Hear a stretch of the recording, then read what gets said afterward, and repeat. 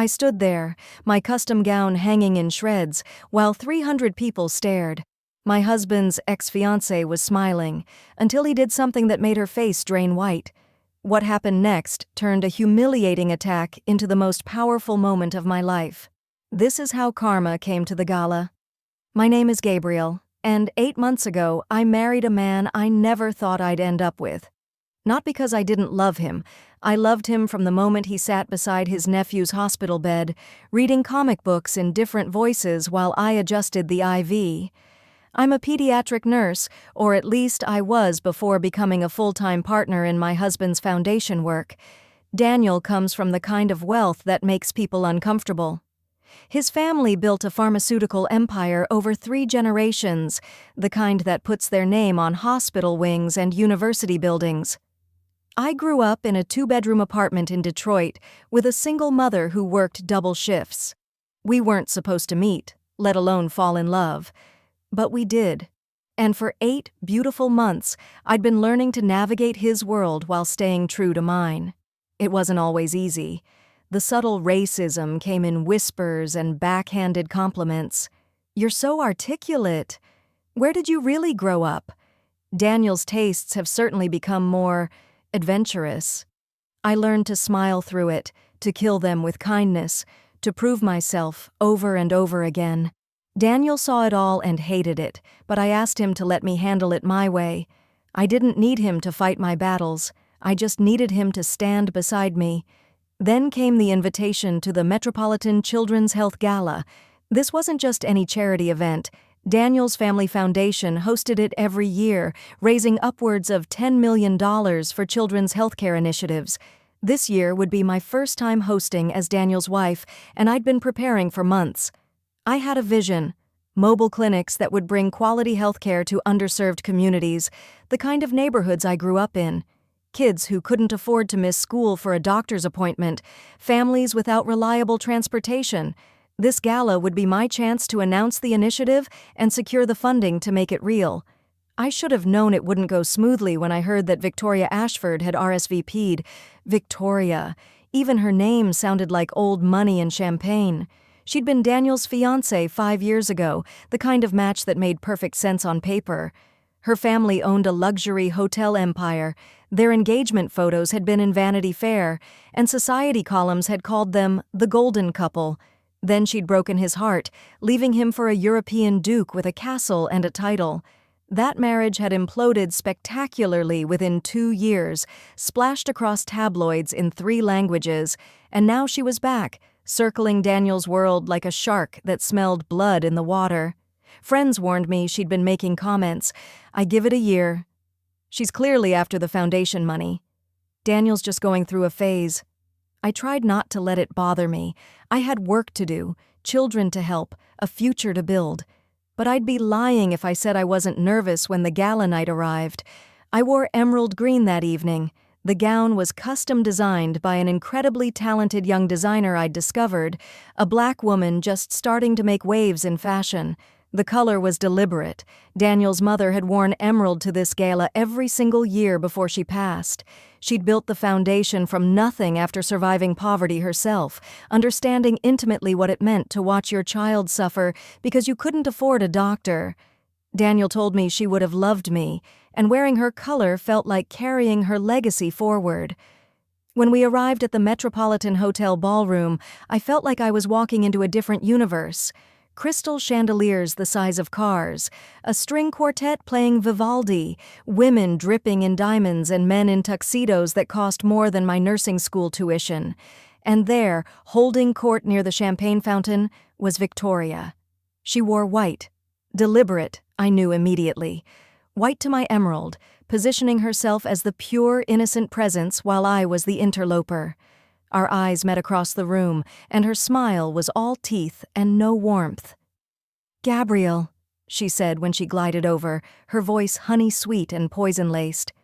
"What a lovely dress. Playing dress-up in his mother's colors? How calculated of you." I felt the words land like a slap, but I kept my smile steady. "Victoria, how wonderful that you could make it. Daniel mentioned you've been traveling." Oh, you know how it is. I always come home eventually.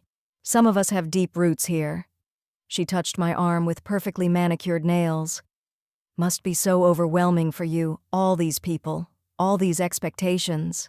I remember my first gala, though of course I'd been attending since I was a child, but don't worry, everyone's very forgiving of little mistakes.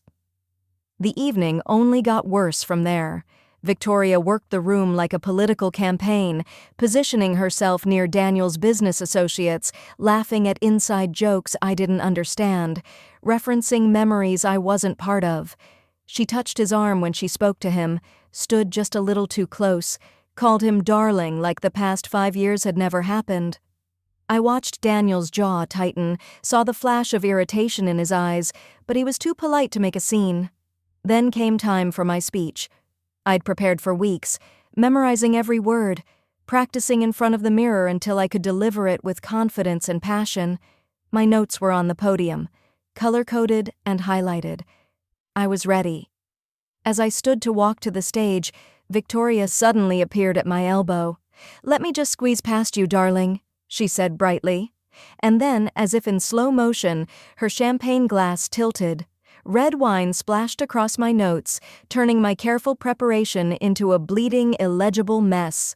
"Oh my God!" Victoria gasped, her hand flying to her mouth. "I'm so clumsy. I'm so sorry." The podium was 10 feet away. 300 people were waiting. The event coordinator was giving me the signal to begin. My heart hammered in my chest as I looked at the ruined notes, wine still dripping onto the floor. I could feel Victoria's eyes on me, waiting for me to panic, to fumble, to prove I didn't belong. I walked to that podium without the notes, and I spoke from my heart. I told them about a little boy named Trevor who came into my ER with pneumonia so advanced he could barely breathe because his mother had waited 5 days to bring him in.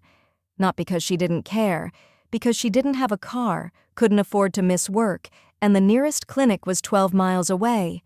I told them about Maria, 7 years old, who went blind in one eye because a treatable infection went untreated for too long.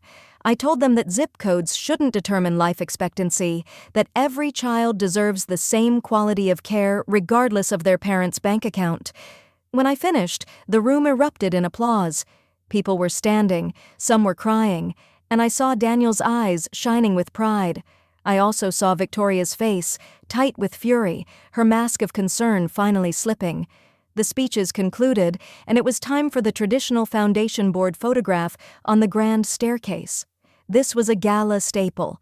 All the major donors, board members, and the hosting family gathered for a picture that would be framed in the foundation's headquarters and published in society pages. Daniel and I stood at the center as hosts, his arm around my waist, and I finally felt like I was exactly where I belonged.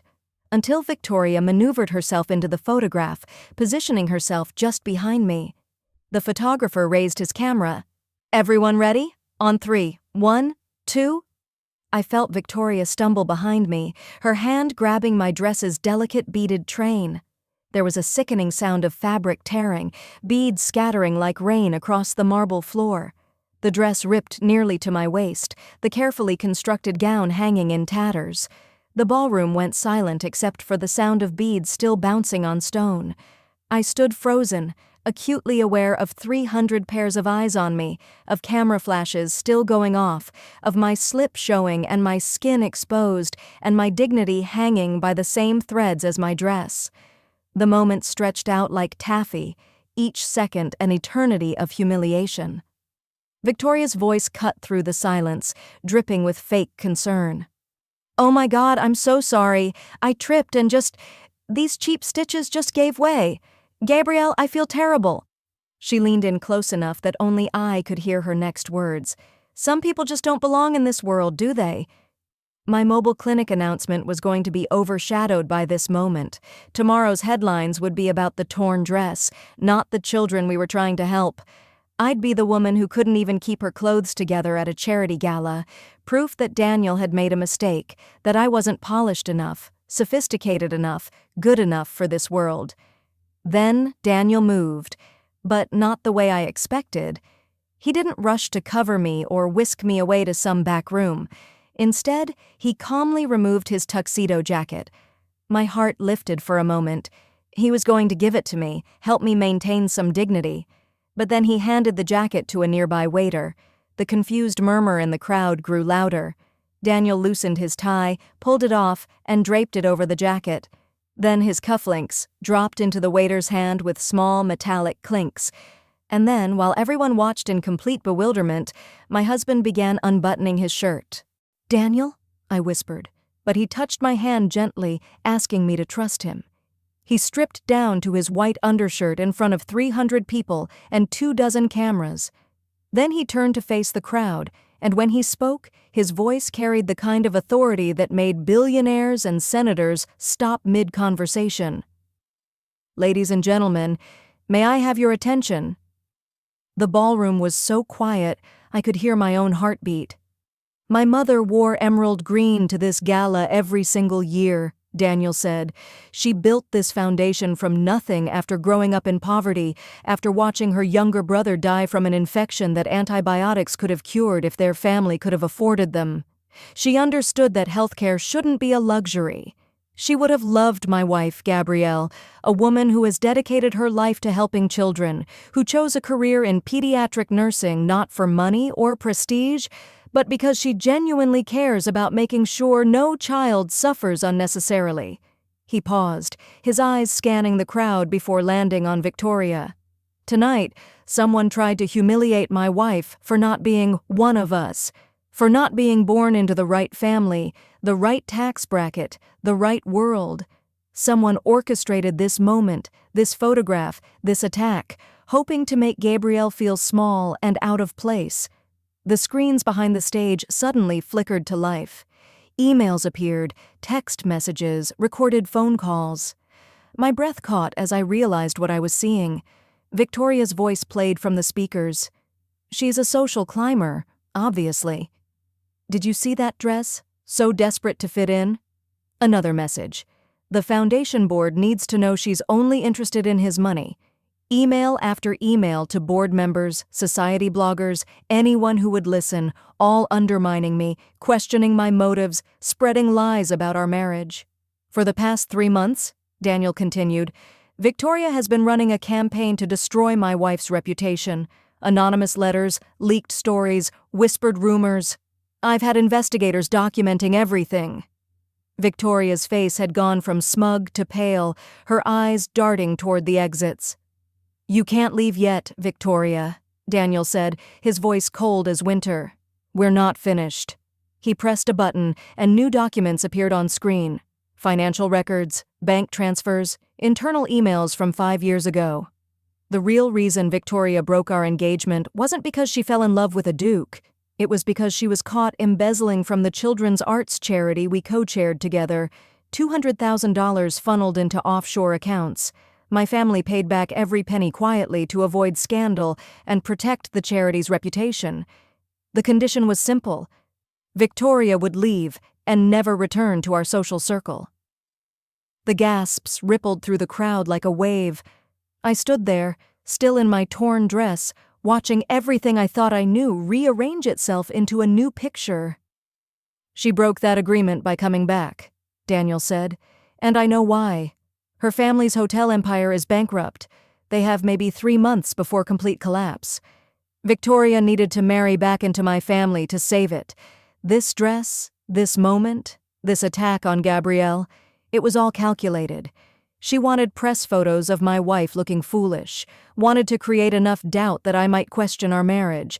Then she could position herself as the one who truly understands this world, the one I should have married in the first place." Victoria tried to speak, but no words came out.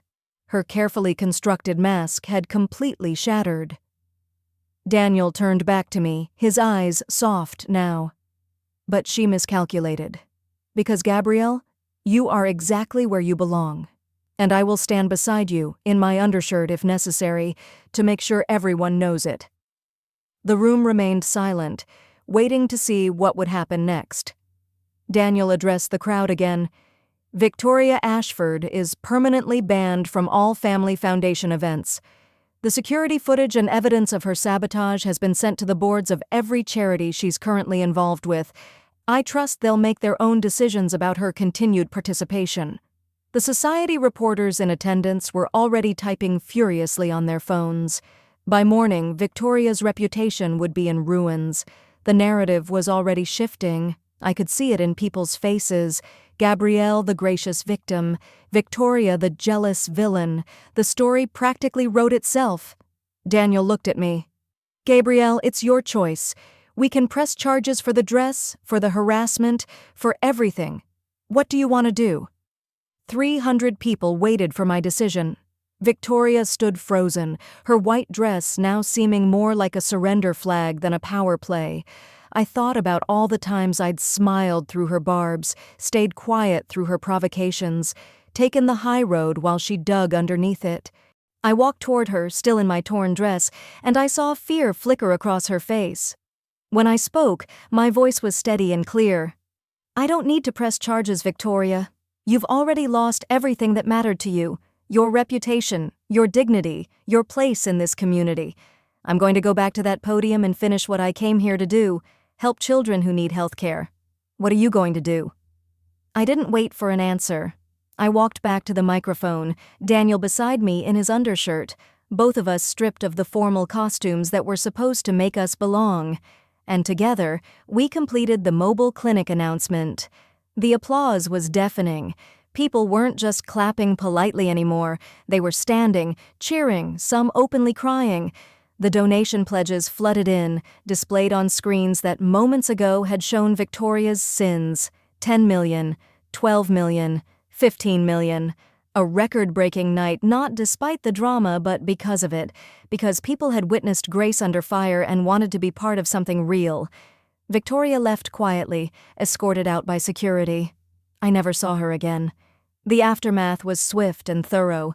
Her family's hotel empire collapsed within 6 weeks. She left the city in disgrace, and the last I heard, she was living in Europe somewhere, far from the world she'd once ruled. The torn dress became legendary. We auctioned it for charity, and a museum paid $100,000 for it. It hangs in our home now, framed with a simple plaque, Grace Under Fire. The mobile clinic initiative launched 3 months later and has already served over 5,000 children. We're expanding to 12 cities next year. The gala is still talked about in society circles, but not for the reasons Victoria intended. It's the night that changed everything, the night I stopped trying to fit into a world that wasn't built for me and instead remade it into something better. People ask me sometimes if I regret how it all went down, if I wish Daniel had handled it differently or more quietly. But here's the truth. Victoria tried to tear me down that night, and instead she showed everyone exactly who I am and who she is. She thought my torn dress would be my downfall. It became my badge of honor. Sometimes karma doesn't need your help. It just needs you to stand there with dignity while it does its work. And if you're lucky enough to have someone who loves you standing beside you in their undershirt, declaring to the world that you belong, that's not just karma, that's grace. If this story moved you, hit that like button and subscribe for more stories about unexpected victories and the power of staying true to yourself. Drop a comment and tell me, have you ever had a moment where someone tried to humiliate you but it backfired spectacularly? I read every single one. And remember this, your dignity is yours to keep. No one can take it unless you give it away. I didn't give mine away that night. I wore it like armor, even when my dress was in shreds. Thanks for watching. I'll see you in the next one.